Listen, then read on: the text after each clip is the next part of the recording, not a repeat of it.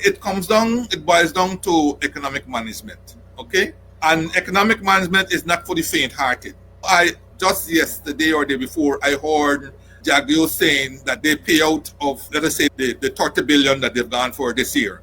That payout will not result in inflation. For all the economics that I have done and all the books that I've read are written by all the scholars and so on, it will tell you that if an economy is already overheating, as in the case of Guyana, the economy is overheating.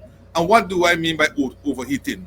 It has an excess demand and an inability in the supply side to meet that demand, and therefore, in a market context, the price has to adjust. Hence, you see these inflated prices. There are indeed inflated prices, right? But clearly, you need them for the market to adjust and bring it back into equilibrium or some form of equilibrium. You see these inflated prices for all kinds of things. Building a house that would have normally cost, let us say, $10 million, let us say, even a year ago or a year and a half ago, will now cost you 15 million and so on. The economy is overheating. And one of the major reasons for that overheating is the government. The government has taken on an ambitious infrastructure program, like I said, that is placing huge demands on skills, materials, machinery, and men, just to use the M's.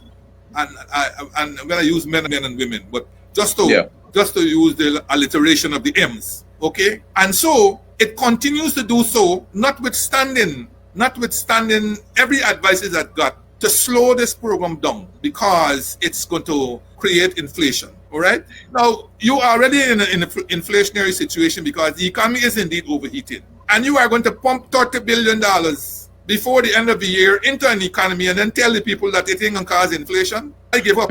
You understand? I mean, I'm telling you, I give up because that kind of economics I didn't learn. But maybe he has run a model and it has shown this. When you pump that kind of money into the economy, you're trying to reflate an economy that is either in depression or is sluggish. You understand? And you want to give a boost to the economy and so on. But when you're going to pump that kind of money, at the same time, you are going to pay back pay.